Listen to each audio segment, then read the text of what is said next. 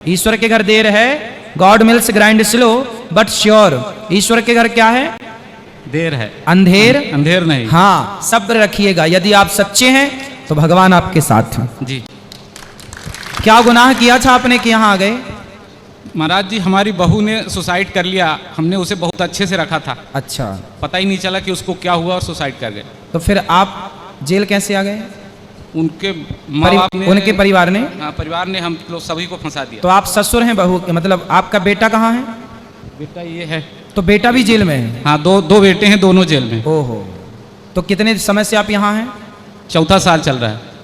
चौथा? जी, चौथा वर्ष चल रहा है। ये तो बड़ा गलत हुआ। तो उन्होंने आत्महत्या क्यों कर ली? कुछ तो रहा होगा, परेशान तो नहीं करते थे आप लोग? नहीं, हम लोग कभी नहीं परेशान। तो कोई आत्महत्या ऐसे क्यों कर लेगा? शादी के बाद उनके मदर फादर कोई 5 महीने तक झांकने भी नहीं आए, और वो पर चलो, क्या हुआ पता नहीं चला। जो भगवान की इच्छा। चलिए, आप खुश रहिए, भगवान का चिंतन कीजिए। गुरुदेव हरिओम। हरिओम।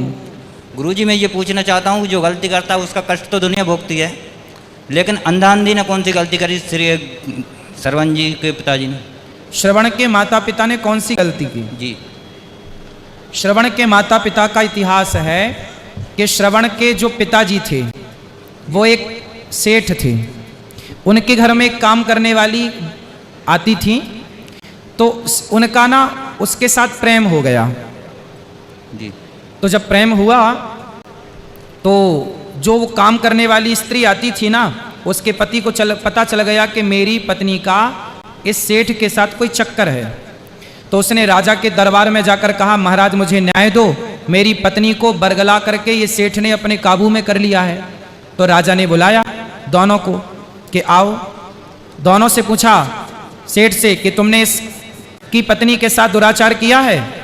सेठ बोला, महाराज अब राजा के सामने झूठ तो बोल नहीं सकता था क्योंकि बहुत सारे सबूत थे। गुरु जी का सभी भक्तजनों को दिल से धन्यवाद।